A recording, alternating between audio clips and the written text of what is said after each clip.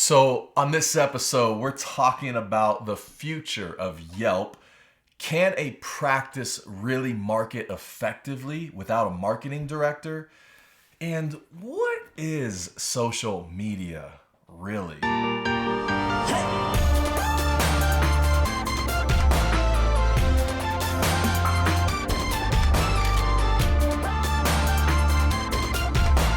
This is the 8E8 Dental Marketing Show with your host, Joshua Scott. Hey everybody, what's up and welcome to the 88 Dental Marketing Show.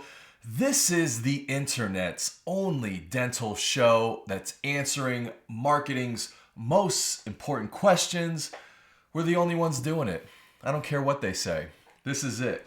My name is Joshua Scott and this is episode number 35.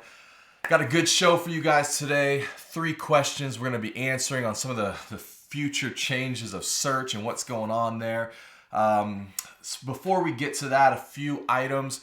It's a new month. It's November. So we've got a new article out on creating a successful marketing strategy for 2016.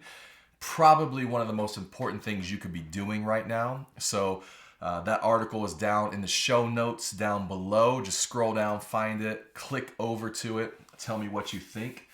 That's happening. Got a busy week in Washington, D.C. the next few days, kind of all over the place. Buckeye game, Saturday night. Excited about, although, man, some news in Buckeye country here, man. J.T. Barrett, starting quarterback for the Buckeyes, got picked up early Saturday morning for a DUI. So we're all a little unhappy about that. And you want to talk about marketing.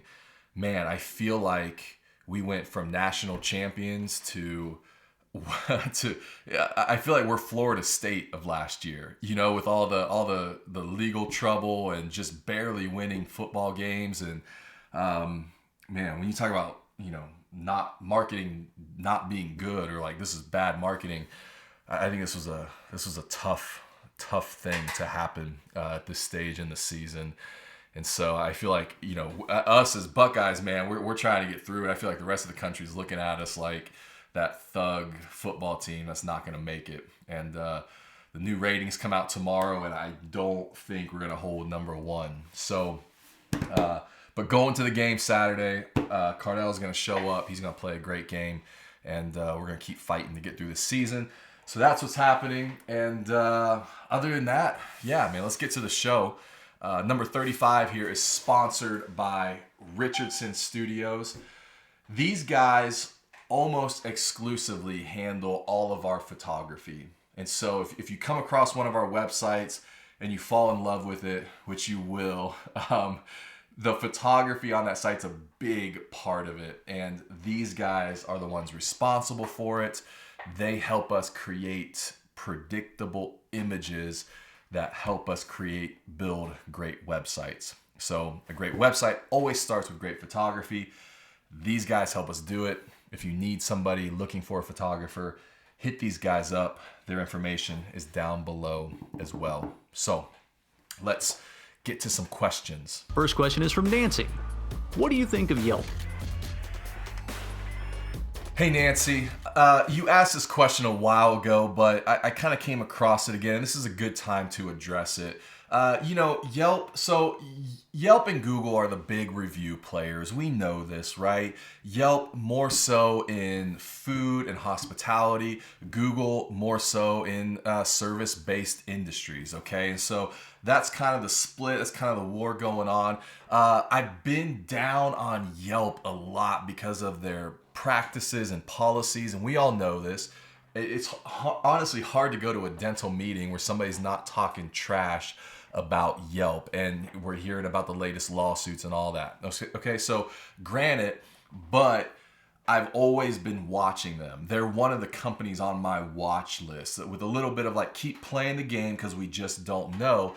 And I think one of the things that's really interesting, that's right around the corner, it's happening now, but I think we're going to turn the corner on this, is Yelp has begun to aggregate, or not, that's not the right word, but curate these lists of, let's say, top 10 dentists in such and such city, right? So their reviews, they were able to take the top 10 dentists, most reviewed dentists in that city, put together a list, and now Google is featuring that on the front page.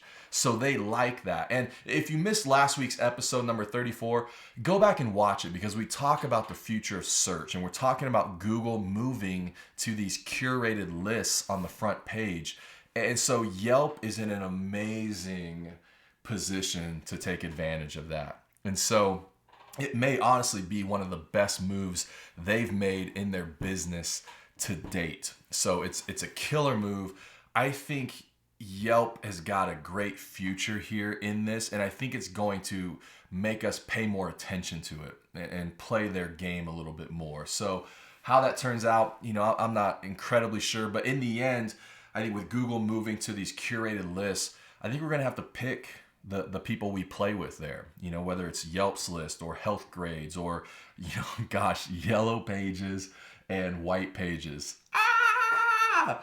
Like, I can't even believe I just said that. But all of a sudden, literally, I'm telling you, in the last 2 weeks, I'm seeing Yellow Pages and Health Pages lists show up on Google again.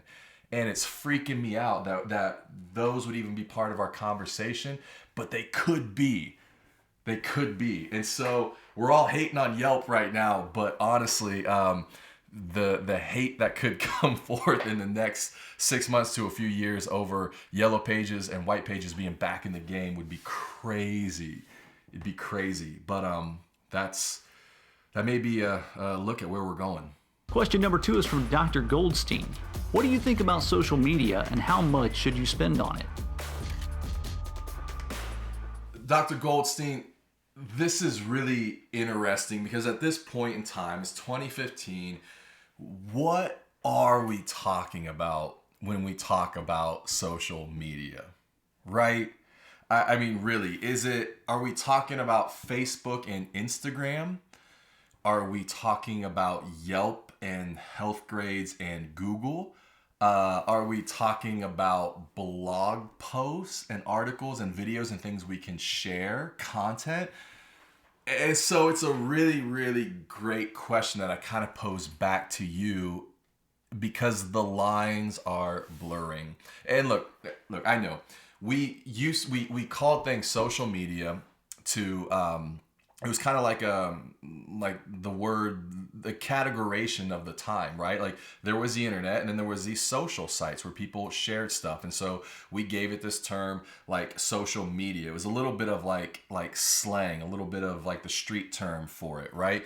But now, as things have grown and companies are growing up and maturing, and the lines are blurring and integration is playing more and more of a role, it's tough to classify things as social media. And so if you mean all of the above, Facebook, Instagram, Yelp, Health Grades, Google reviews, content, video, then yes, I am hot on social media.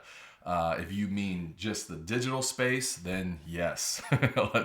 Yes. And so what you should spend there, man, I mean, 2/3 to 3/4 of your budget needs to be invested in digital.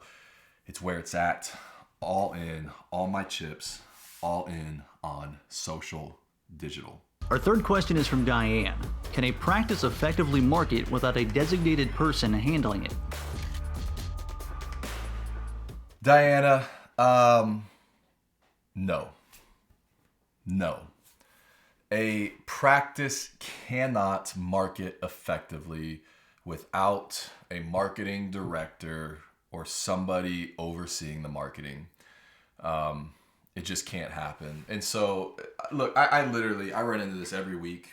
I'm either in a practice that's like this, or I'm on the phone with a doctor, and they've delegated marketing to somebody on the team, and they may even be doing a good job with it, and maybe somebody's handling it the part-time on the side.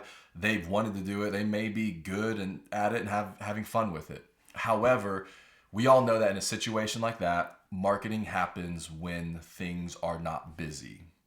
And we all know how that goes in a dental practice. And so honestly, like, follow me, from the start, you're not set up for success. Because watch this, I mean, you put a marketing director in place, they take their free time, part-time, to do marketing, which if it works, gets more new patients, right? Which means everybody's busier, which means the marketing doesn't get done. And so by very nature of that cycle, we are not setting ourselves up for success. And so, look, A, somebody needs to be overseeing it. The practice will never market effectively unless somebody is. And B, I think we need to think about restructuring how we do that and how somebody oversees it. So anyway, structure that time, make sure it's prioritized, it's spent every week, they're paying attention to it.